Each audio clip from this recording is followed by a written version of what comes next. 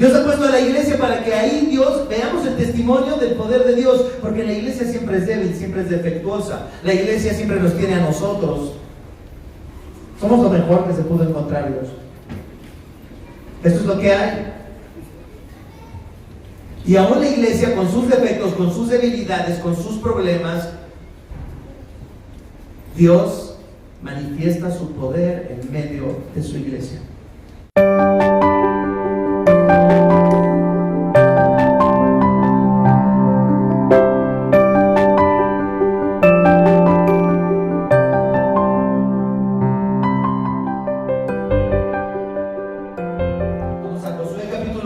Vamos a leer de los versículos 1 al 9 y luego de los versículos 23 al 24. Josué capítulo 4, versículos del 1 al 9 y luego versículos del 23 al 24. Seguimos en esta serie de sermones que se titula Josué, el Dios de la historia.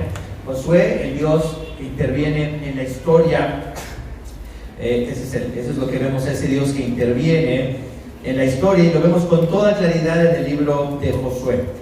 Así es que vamos a leer Josué 4 del 1 al 9 y luego versículos 23 al 24. Dice esta palabra así: Cuando todo el pueblo terminó de cruzar el río Jordán, el Señor le dijo a Josué: elijan a un hombre de cada una de las 12 tribus de Israel y ordénenles que tomen 12 piedras del cauce, exactamente del lugar donde los sacerdotes permanecieron de pie. Díganles que las coloquen en el lugar donde hoy pasarán la noche. Entonces Josué reunió a los 12 hombres que habían escogido de las 12 tribus y les dijo: vayan al centro del cauce del río, hasta donde esté el arca del Señor su Dios, y cada uno cargue al hombro una piedra.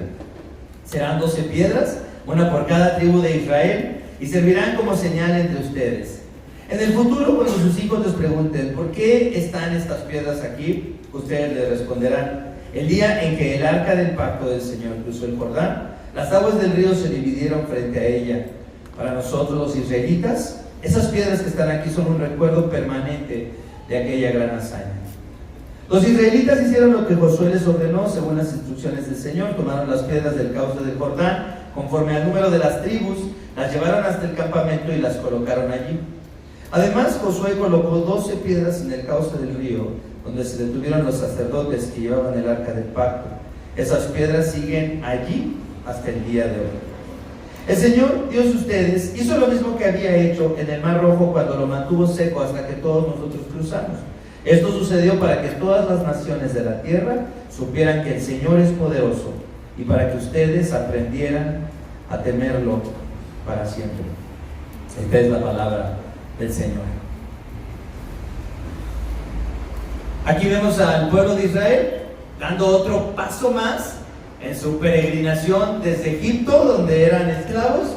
Han sido liberados y van a la tierra prometida y están a punto de entrar y tienen que cruzar del este hacia el oeste por el Jordán, que es algo interesante, que entraron por el este hacia el oeste para tomar ciudades amuralladas, para tomar pueblos que tenían ejércitos, que tenían carros de guerra.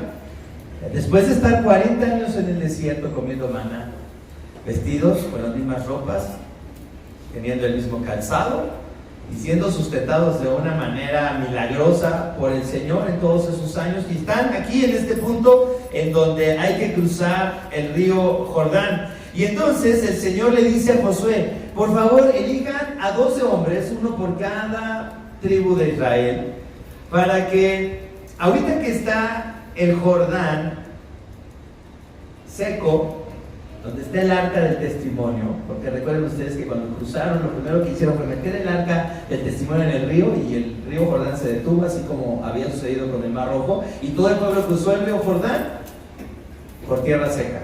Y mientras están ahí los sacerdotes con el arca diciendo: pásenle rápido, pues son miles de personas que están pasando.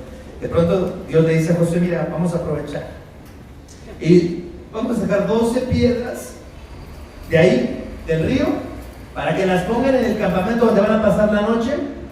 Y también de una vez pongan unas piedras ahí en medio del río Jordán para que quede el testimonio de por dónde pasaron y a dónde llegaron. Cuando piensas en 12 personas sacando 12 piedras, no sé si los 12 sacaron hubo una piedra muy grande y luego los otros, otra vez los 12 fueron y sacaron una piedra muy grande. Si fueran 12 hombres cargando una piedra, serían tales piedras grandes de considerable tamaño, ¿están de acuerdo? 12 hombres cargando una piedra, pues sí podrían cargar tal vez una piedra un poco pesada. Pero si nos imaginamos que cada hombre tomó una piedra nada más para representar a su propia tribu, pues tal vez no era una piedra tan grande. No sabemos. Los expertos no han estudiado esto. Creo que si alguien quiere hacer una tesis sobre las piedras del río Jordán, está muy bien. Lo importante no es si las piedras eran muy grandes, si no eran tan grandes, sino el testimonio que debería de quedar ahí de lo que Dios había hecho. Todas las naciones, todas las culturas crean en un punto de su historia monumentos que den testimonio de su historia, de lo que han pasado, de sus momentos de gloria, de sus momentos de fracaso, de sus momentos alegres, de sus momentos tristes. Todas las naciones tienen un monumento que da testimonio de lo que son y de lo que les ha pasado. Por ejemplo, los grandes centros de poder en todo el mundo tienen sus edificios que son un testimonio, ¿verdad? Los ingleses tienen de la época victoriana su parlamento gótico, ¿no? Los rusos desde la Edad Media amurallaron un lugar y después ahí construyeron sus palacios y sus casas y sus iglesias, y ahora le llaman el Kremlin, y ahí está ese centro de poder. Los chinos tenían la ciudad prohibida, ¿no? Acabo de estar en un pueblecito de Yucatán que se llama Ekbalán, donde resulta también que los sacerdotes construyeron varias pirámides, y en todos estos centros de poder en donde hay estos monumentos y estos testimonios, lo que vemos es que el peladaje está excluido de ellos. El pueblo llano no puede entrar ahí. Es un lugar exclusivo para los poderosos, para las clases sacerdotales y los que mandan construir esto. Pero aquí el testimonio del pueblo de Israel es un testimonio y es un monumento muy democrático. Dios dice, escojan a un representante de cada una de las tribus y que levanten 12 piedras. ¿Si eran muy grandes? No sabemos, pero nadie piensa que eran Stonehenge, ¿verdad? Nadie piensa que era algo increíblemente hecho. Simplemente era una pila de piedras para que ahí testificaran los israelitas de lo que Dios había hecho al hacerlos pasar por el río seco. Un monumento, un testimonio muy sencillo, muy humilde, unas piedras. El Dios de los ejércitos, aquí todavía no se le llamaba el Dios de los ejércitos, hasta el primer libro de Samuel es donde se habla del Señor, de Jehová Sabaoth, el Señor de los ejércitos. Todavía no era conocido como el Dios de los ejércitos, pero prácticamente lo que estaba haciendo era preparar un ejército para tomar la tierra prometida, y ellos tenían que construir un testimonio, un monumento, para que dijeran, miren lo que Dios ha hecho con nosotros, de dónde nos ha traído y lo poderoso de su manifestación. El Dios de la Biblia le encanta construir testimonios, le encanta intervenir en la historia y construir testimonios que queden registrados, donde haya testigos que digan, sí, eso pasó, aquí está este lugar.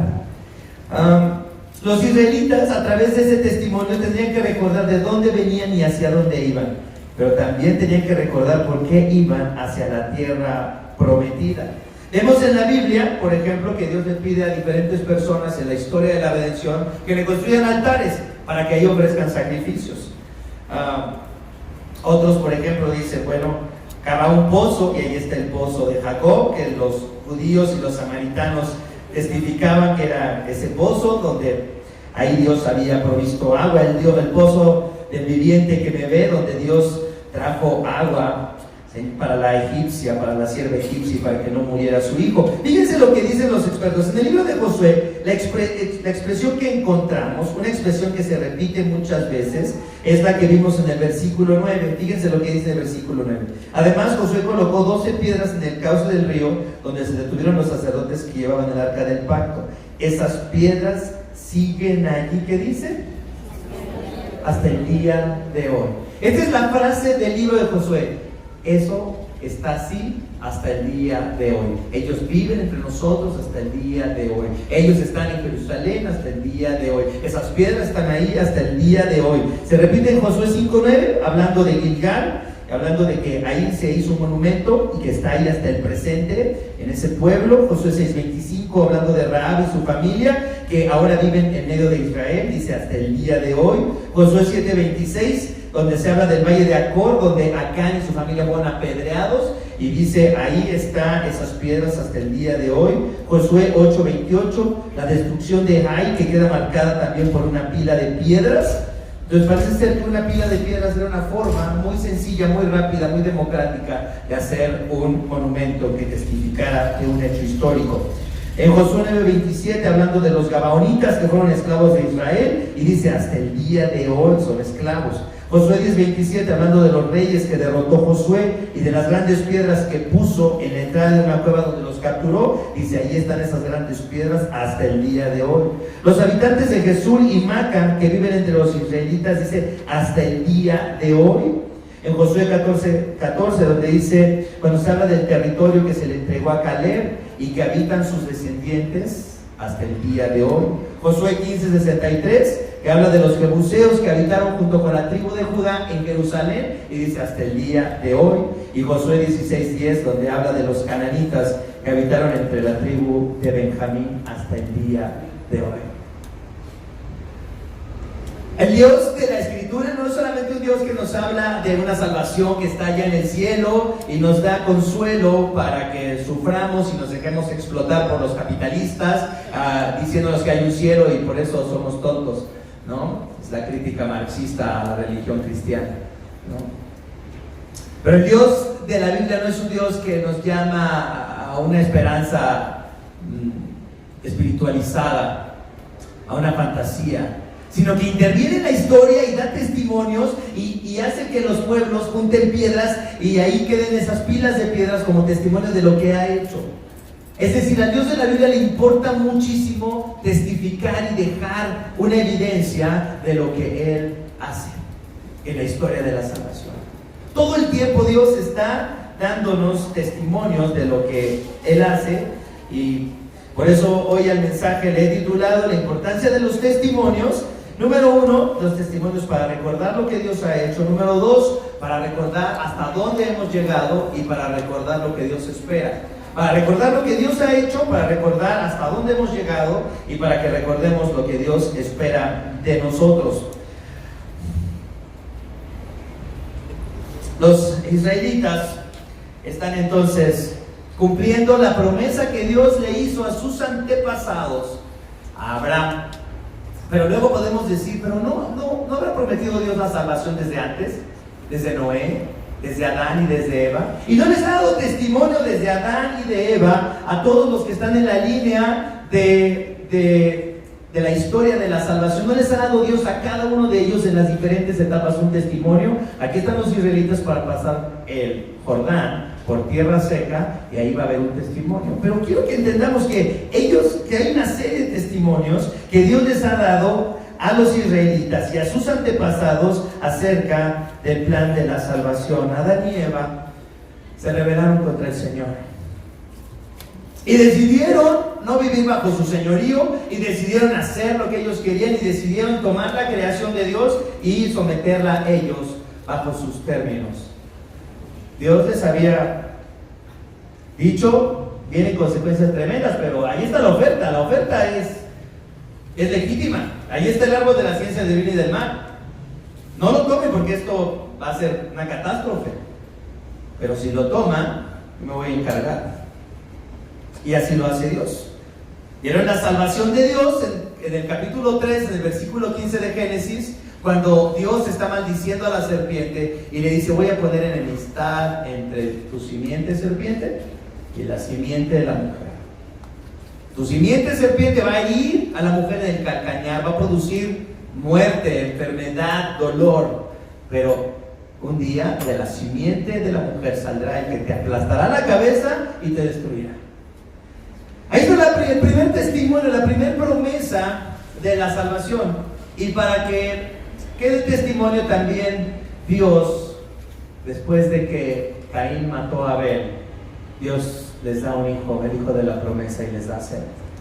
Y les dice, aquí está el testimonio. Aquí tienes un hijo para que sepas que mi compromiso de la salvación es cierto. Y entonces les da un hijo. Ahí hay un testimonio. Noé vio la salvación de Dios de una forma distinta, salvándose en un barco que fue construido donde no había agua, ¿no? Una persona totalmente enloquecida, pensaban los demás, construyendo un barco tan grande en medio de donde no hay agua. Y quedó el arca como testimonio, y luego cuando llegaron cuando hubo tierra seca, construyeron otra vez una civilización nueva, y entonces Noé dio una nueva creación, y esa nueva creación quedó como testimonio de la salvación de Dios. Abraham fue llamado de un pueblo pagano, de Ur de los Caldeos, y le dijo Dios: sal de tu casa y de tu parentela, y yo voy a hacer de ti una nación grande. Y como testimonio le dio el desierto, y anduvo errante, y no tuvo casa, y vivió en muchos lugares. Abraham. Pero ahí está el encinar de Mamre, ahí está la tumba de Sara, de su esposa, la compró, y ahí estaba hasta los días de los cronistas, ahí estaban esos lugares que se podían identificar en la historia de Israel. Dios le dio testimonios de sus actos a Adán y a Eva, a Noé, a Abraham, a Jacob. Jacob conoció el poder de Dios y su salvación, y tuvo que enfrentar a su suegro, ¿no? Escaparse de su suegro. Era muy malo su suegro, y lo fue y lo persiguió por el desierto, y le dijo: ¿por qué te vas?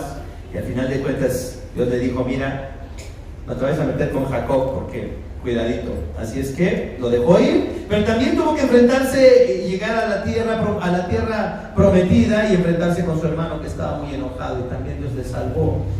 Y también Jacob construyó altares, y construyó y puso piedras que quedaran como testimonio.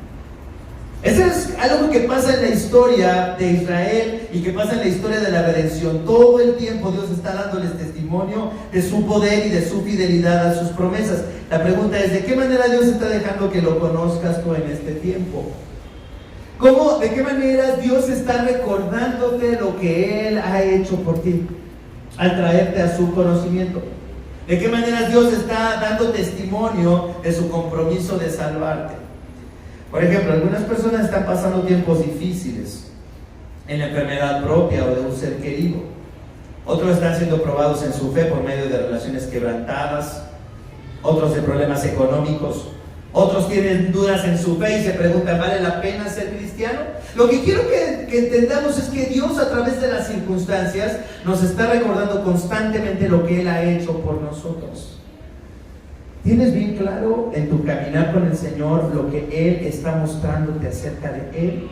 Aún en medio del quebrantamiento, de las dificultades, o de su fidelidad, de su prosperidad, de todo lo que Dios quiere hacer en tu vida. Por ejemplo, hay tantas personas que piensan: oye, hay muchos que viven tan bien y no conocen a Dios. Les va bien sin leer la Biblia, sin orar y sin ir a la iglesia. Los israelitas estaban llegando a Canaán, y los cananitas eran personas paganas, eran crueles, eran sanguinarios, eran horribles, y sin embargo vivían en la tierra donde fluía la leche y la miel. ¿Les estaba yendo mal por su pecado? No tan mal, ¿eh? Les estaba yendo por lo menos mejor que a los israelitas 40 años en el desierto, aparentemente, porque los israelitas solamente tenían maná para comer y estaban aburridos. No sé cuál es tu situación el día de hoy, no sé en qué cosas Dios te está invitando a experimentar y que se convertirán en un monumento, en un testimonio en tu vida de su poder. ¿Cómo está? ¿Qué es lo que Dios estará construyendo a través de tu vida para que testifiques de su poder? ¿Qué tal si de pronto volteas y ves un matrimonio de 40 años tremendamente difícil y dices: wow, eso es un monumento? Un monumento a la fidelidad de Dios. Que fulano y sutano estemos juntos después de 40 años y siendo como somos. Esto es un monumento, esto es un testimonio a la fidelidad de Dios. De que siendo tan mal padre como he sido, mis hijos sean personas de bien y no estén en el psiquiatra todo el tiempo. Y no digo que el psiquiatra esté mal, doctor, no te ofenda, ¿no? Pero a veces decimos: oye, pero está muy mal, ¿no? Pero algunas personas, a pesar de que han tenido padres horribles, son personas que se ajustan, que viven una vida productiva. No Dios, ¿de qué manera Dios está construyendo en tu vida un testimonio de su poder. No porque tú eres capaz o porque tú has logrado algo, sino porque en su fidelidad Dios te ha permitido ver su bondad y su poder. Fíjense lo que pasa. Dios todo el tiempo está buscando formas de manifestar, de testificar de su poder y de su amor y de su salvación. Lo hace en nuestras vidas y también lo pasó, por ejemplo, en Juan capítulo 9. Esto me encanta, cuando estaba pensando cómo Dios le encanta poner estas oportunidades para testificar de su poder. Cuando en Juan capítulo 9 dice que Jesús pasó y vio a un hombre que era ciego de nacimiento, y sus discípulos le preguntaron a Jesús: Maestro, para que este hombre haya nacido ciego, ¿quién pecó? ¿Él o sus padres? Pero alguien debe haber hecho algo malo, ¿no? Porque no es posible que esta persona haya nacido así nada más de gratis. Dios es bueno, ¿no? Y dice: no, ni él pecó ni sus padres, respondió Jesús, sino que esto sucedió para que la obra de Dios se hiciera evidente en su vida, para que Dios pueda manifestar su poder y su amor. ¿Por qué Dios eligió un pueblo tan débil como los israelitas? Realmente los israelitas, como les digo siempre, no tienen nada, no quedan nada de su gran cultura, porque nunca fueron una gran cultura ni una gran civilización. Ahí están todos los lugares que les mencioné hace rato, los centros de poder, ahí están todavía. Pero de los israelitas solamente quedan unas cuantas paredes en Jerusalén, a lo que se le llama el Muro de las Lamentaciones. Fuera de eso no queda nada de ellos. Pero ellos están en todo el mundo. Pero ellos son influyentes en todo el mundo. Viven en todas las naciones de la tierra, aunque no hay un edificio que testifique de su gran poderío.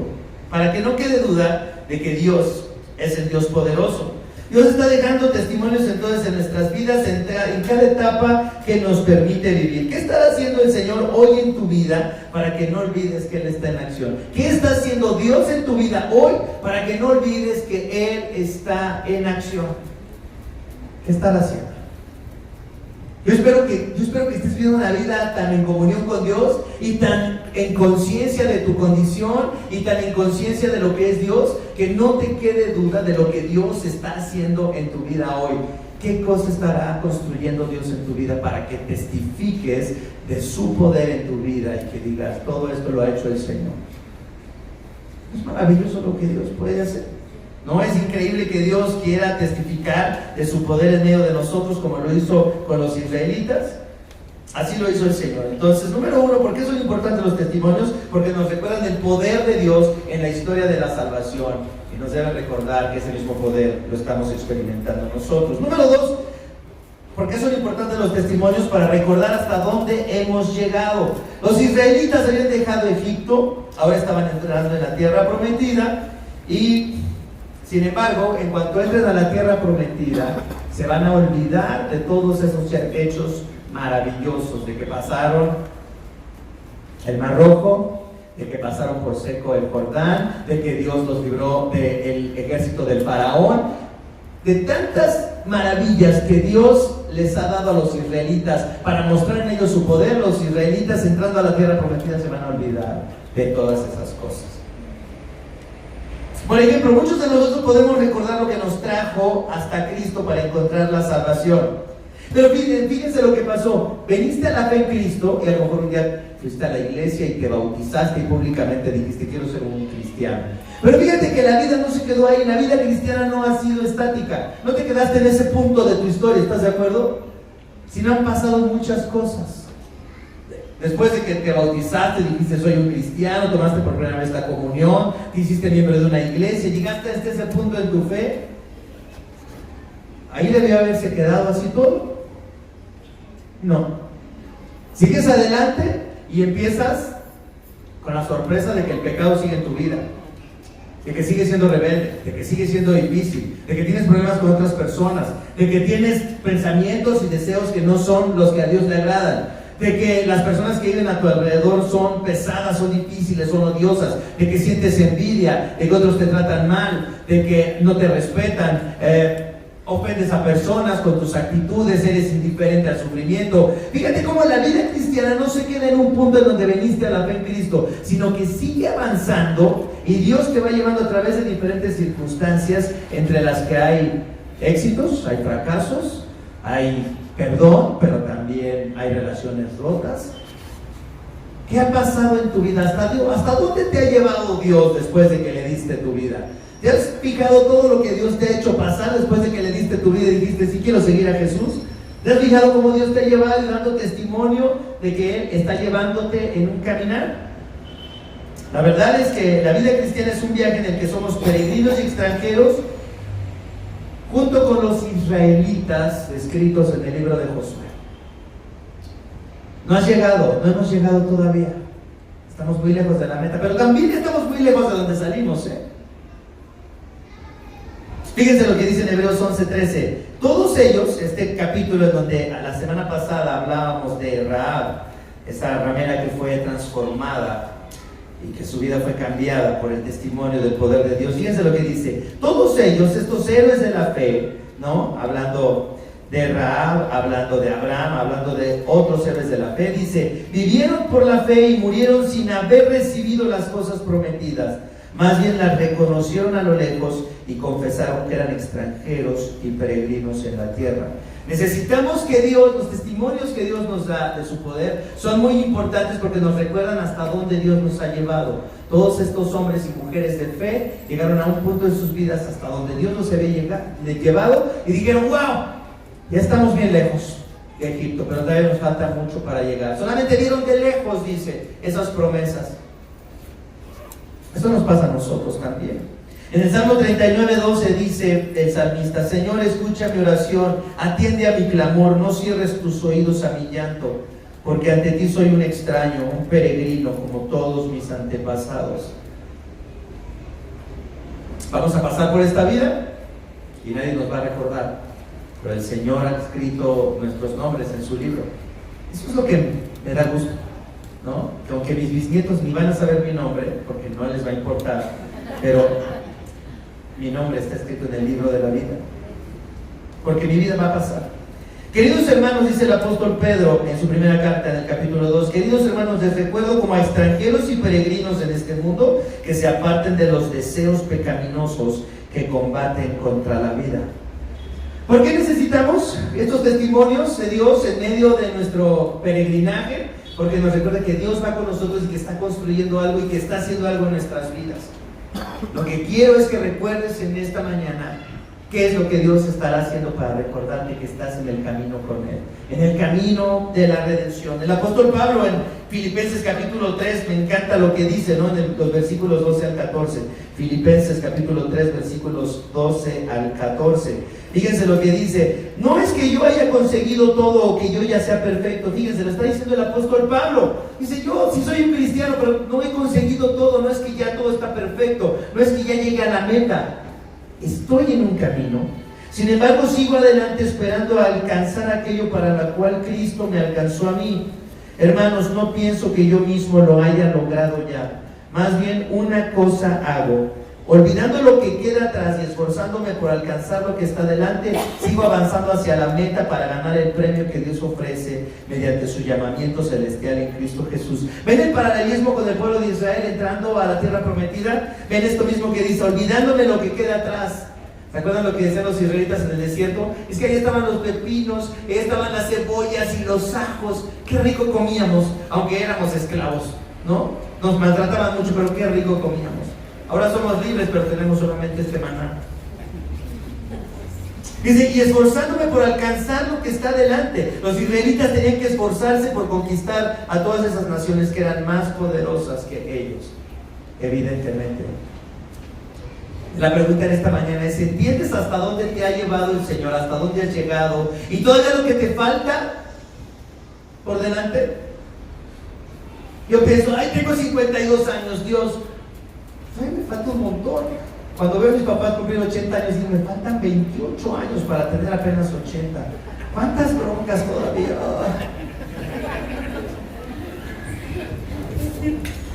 ¿Cuántos pleitos con mi esposa me faltarán en los próximos 28 años? ¿Estás lista, Tere? Pues sí, porque seguimos hasta los 80. ¿Cuántos pleitos nos faltan? ¿Cuántos pleitos te faltan a ti y aquí al don? Ay, ¿verdad? Fíjate, si empezamos a pensar, ¿cuántos pleitos pleitos matrimoniales faltan? ¿Cuántas preocupaciones de mis hijos? Y ahora se va a complicar más la cosa, porque vienen mis hijos y los yernos y las nueras. Madre santa, así se va a complicar la cosa. Y luego vienen los nietos, se va a complicar más la cosa. Y luego viene pensar en retirarte, si puedes retirarte, si es que tienes dinero para retirarte, y si no tendrás que trabajar hasta los 90 años, hasta el día que te mueras, si no te inscribiste en el Seguro Social antes del 97, que una vez se los digo. Oye, ¿cuántas preocupaciones todavía nos vienen? ¿Cuántas personas que queremos tienen que morirse en los próximos 28 años? ¿Cuántos de nosotros permaneceremos fieles en el Evangelio a Cristo, siguiendo a Jesús después en los próximos 30 años? ¿Se dan cuenta todo lo que nos falta, todo el trabajo y los problemas que vienen adelante? ¿Ustedes quieren eso?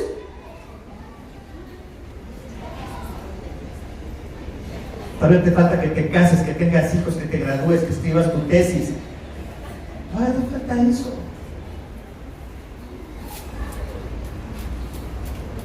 Los israelitas estaban entrando a la tierra prometida y apenas iban a empezar la serie de batallas contra todas estas naciones que eran más fuertes que ellos. Pero Dios tiene que darnos testimonio todo el tiempo de que está con nosotros. ¿Y saben qué ha dejado Dios para testimonio de nosotros? Para que no olvidemos lo que Dios ha hecho y lo que Dios está haciendo. Ha dejado a su iglesia. Ese es el primer testimonio que nos ha dejado. Dice Cristo: yo vengo a establecer mi iglesia, dice, y las puertas del infierno no prevalecerán contra ella. Estoy construyendo mi iglesia, y la iglesia es escrita como este edificio donde nosotros somos las piedras que vamos siendo puestas para construir este precioso edificio donde Dios habita. Esa es la iglesia. Somos escritos como miembros del cuerpo de Cristo, donde Cristo es la cabeza de su cuerpo. Y se van añadiendo día a día los que han de ser salvos. Dios ha puesto a la iglesia para que ahí Dios veamos el testimonio del poder de Dios, porque la iglesia siempre es débil, siempre es defectuosa. La iglesia siempre nos tiene a nosotros. Somos lo mejor que se pudo encontrar Dios. Esto es lo que hay. Y aún la iglesia, con sus defectos, con sus debilidades, con sus problemas,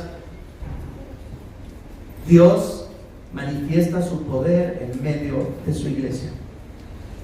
Alguien escribió esto que me encantó pensando en esto: la iglesia es otro monumento, es otro testimonio que Dios ha establecido. Y dice alguien: el domingo es ordinario y extraordinario. Esto lo escribió un pastor muy común, pero que conozco, y me encantó esto que escribió. Dice: no hay nada tan ordinario y tan extraordinario como el domingo, cuando nos reunimos para adorar. Fíjense, la constante manifestación de la gracia de Dios en su iglesia a través de una predicación no muy buena.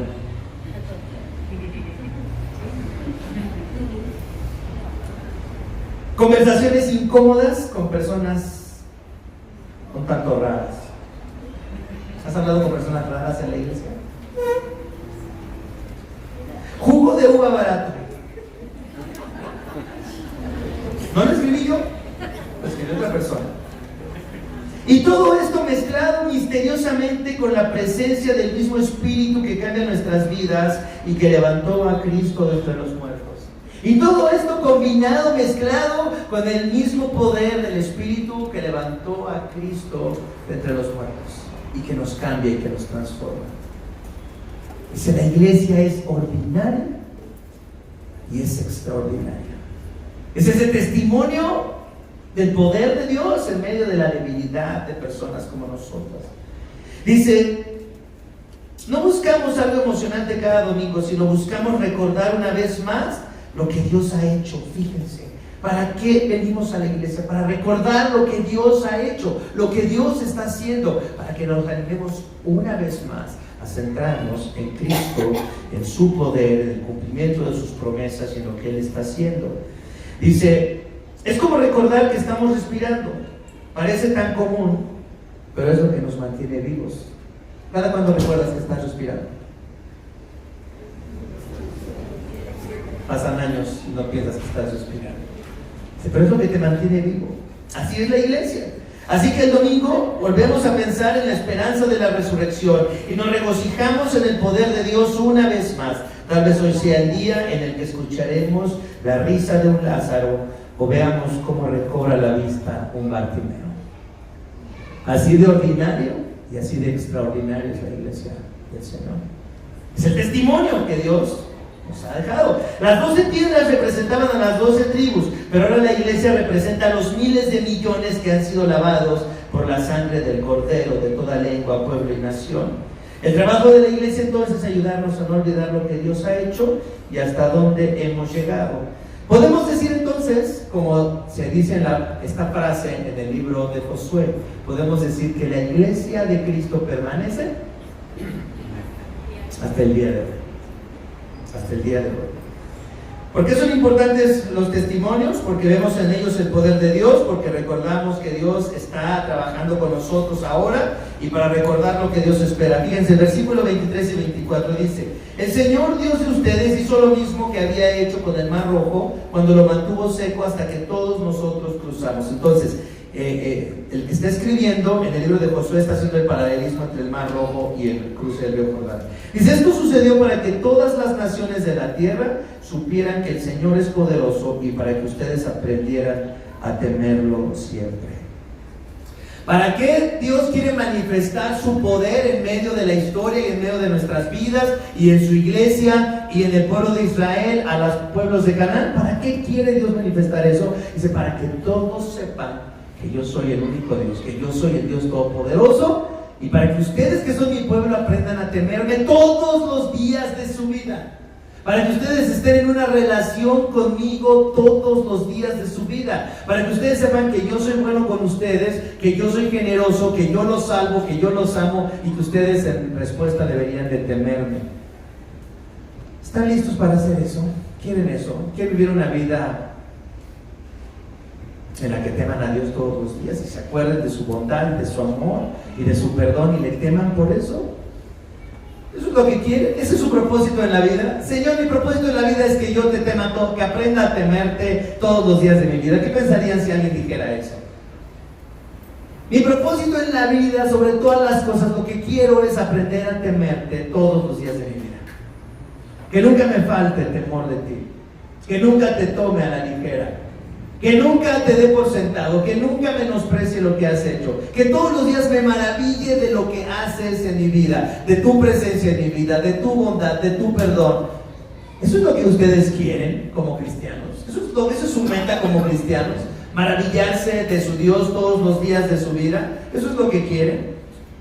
Para eso leen su Biblia, para eso quieren hacer teología, para eso quieren ser ingenieros, para eso quieren casarse, para eso quieren tener hijos, para maravillarse de lo que Dios hace todos los días de su vida y estar en comunión con Él y reconocerle y darle honra y gloria todos los días de su vida, en todas circunstancias. ¿Para eso están viviendo? Para eso quieren construir una casa, para eso quieren ir de vacaciones, para eso quieren usar su dinero y su tiempo. Eso es lo que quieren.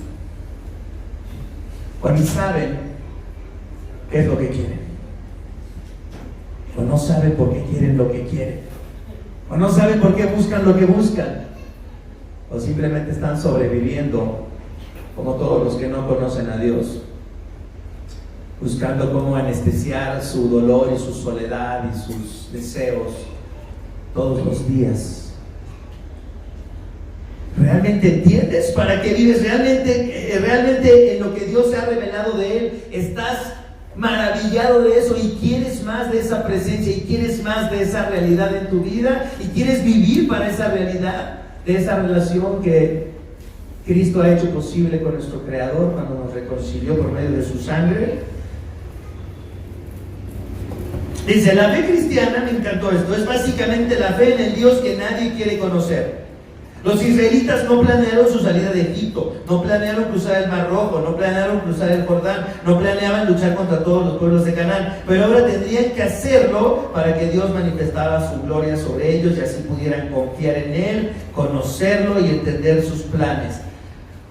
Prácticamente todos nosotros, Dios nos ha llevado por una historia que no es la que queremos vivir, y nos ha hecho pasar por lugares donde no queremos pasar y nos ha hecho experimentar cosas que no queremos experimentar a la fuerza para revelarse a nosotros. ¿No es maravilloso que Dios haga esto con nosotros?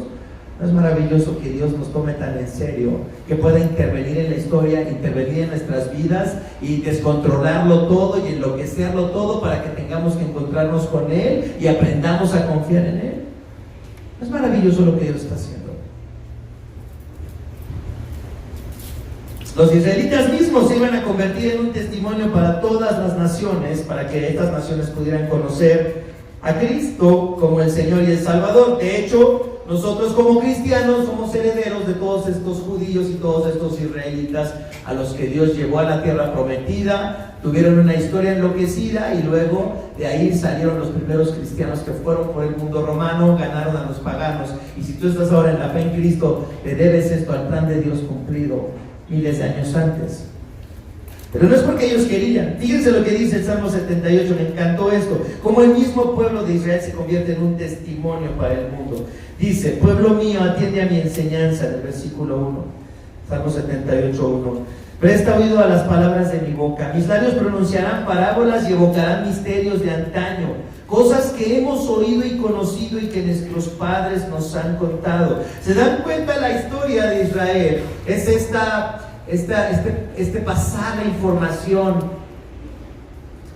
oralmente de una generación a otra diciendo, miren, estos son los testimonios que Dios nos ha dado. Dice, no las esconderemos de sus descendientes, hablaremos a la generación venidera del poder del Señor, de sus proezas y de las maravillas que ha realizado.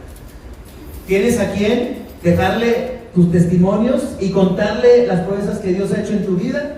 Estás evangelizando a alguien, estás discipulando a alguien, estás diciéndole a alguien, mira, estas son las maravillas que Dios ha hecho conmigo, te paso esta información, Dios ha hecho esto conmigo.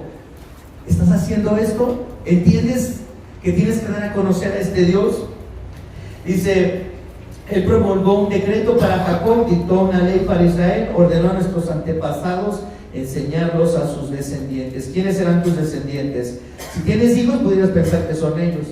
Pero puede ser que como los míos, aunque les des testimonio, digan, bueno, es que no creo eso. No, eso es asunto de Dios, no es mío. Yo estoy dándoles la información. Pero tal vez si no tienes hijos, ¿a quién le vas a pasar esta información? Dice, para que los conocieran las generaciones venideras y los hijos que habrían de nacer, que a su vez los enseñarían a sus hijos. ¿No somos hijos nosotros de alguien? ¿De alguien que compartió su fe? ¿No somos el resultado de otros que compartieron su fe con otros y así llegó hasta nosotros? A lo mejor somos hijos espirituales de alguien que ni pensamos. Qué maravilla es la fe cristiana, el testimonio de Dios, que hasta a su mismo pueblo lo convierte en el testimonio para que otros lo conozcan. Dice, así ellos pondrán su confianza en Dios y no se olvidarán de sus proezas, sino que cumplirán sus mandamientos. Los israelitas entonces levantaron 12 piedras para recordar los hechos maravillosos de Dios. Pero ahora Dios ha levantado una sola piedra que fue desechada por los edificadores. Y ahora esa sola piedra ha venido a ser la cabeza del ángulo, la piedra angular. La piedra fundacional sobre la cual la iglesia se construye para dar testimonio del Dios que salva, del Dios que perdona, del Dios que cambia a las personas y las convierte en sus hijos y las lleva hacia donde Él quiere para que ellos lo conozcan. Antes las piedras eran mudas, estas piedras del río Jordán. Eran el testimonio mudo del poder de Dios, pero también puso otra piedra que puede hablar y que puede invitarnos a conocer a ese Dios. En Hechos capítulo 4, mientras iban a castigar y a procesar a los discípulos de Cristo porque habían levantado un inválido, porque habían sanado un inválido, dice Pedro esto: hoy se nos procesa por haber favorecido a un inválido y se nos pregunta cómo fue sanado. Sepan pues todos ustedes y todo el pueblo de Israel que este hombre está aquí delante de ustedes, sano, gracias al nombre de Jesucristo de Nazaret, crucificado por ustedes, pero resucitado por Dios. Jesucristo es la piedra que desecharon ustedes los constructores, pero que ha llegado a ser la piedra angular.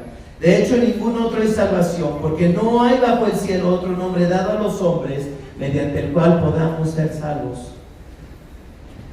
Los israelitas levantaron 12 piedras, pero Dios levantó una sola piedra, la piedra angular. Y dice, y en ese nombre, ahí podemos ser salvos. En ese nombre podemos conocer a Dios, podemos reconciliarnos con Dios y podemos empezar una vida nueva. Mi pregunta en esta mañana es: ¿realmente conoces a ese Dios? ¿Realmente conoces a esa piedra angular? ¿Realmente Él es el centro de tu vida, sobre el cual está construido todo en tu vida? ¿Es Cristo la piedra fundacional de tu vida, de tu razonamiento, de tus sueños, de tus ilusiones, de tus planes? ¿Realmente es eso? ¿O el cristianismo es otra religión más que te da un grado de espiritualidad y que te ayudan y que te animan en tus problemas, o realmente es lo fundacional. Dice, necesitamos los testimonios de Dios porque en ellos recordamos lo que Dios quiere. Y así en Cristo, el testimonio supremo del amor de Dios, que es Cristo, encontramos la oportunidad para no olvidar que Él es poderoso y que podamos temerle siempre. Cristo intervendrá en nuestras historias personales para que jamás podamos olvidarlo de Él y así podamos ser salvos. Eso es lo que Dios espera, que lo conozcamos y podamos ser salvos. Yo quiero que Dios intervenga en nuestras vidas. ¿Quieren ustedes que Dios intervenga en sus vidas? ¿Quieren que Cristo intervenga en sus vidas? Oremos a Dios para que Dios intervenga y nos dé testimonio de su poder. Padre, en esta hermosa mañana recordamos que has levantado a través de la historia de la redención testimonios, Señor, como esas 12 piedras que se quedaron ahí en el río Jordán y que ahora seguramente ya no están.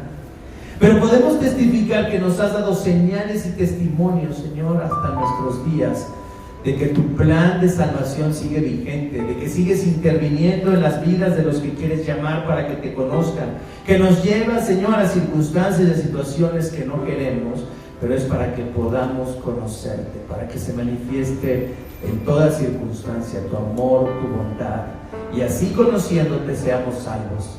Sálvanos, Señor, sálvanos de no conocerte, sálvanos de, Señor, no darte la importancia que deberíamos de darte. Sálvanos, Señor, de la ceguera que nos impide ver tus hechos maravillosos en medio de nuestras vidas, en medio de tu iglesia. Padre, te agradecemos, Señor, por el testimonio que nos das de tu presencia y de tu amor en nuestras vidas. Oramos en el nombre precioso de Jesús, tu Hijo. Amén.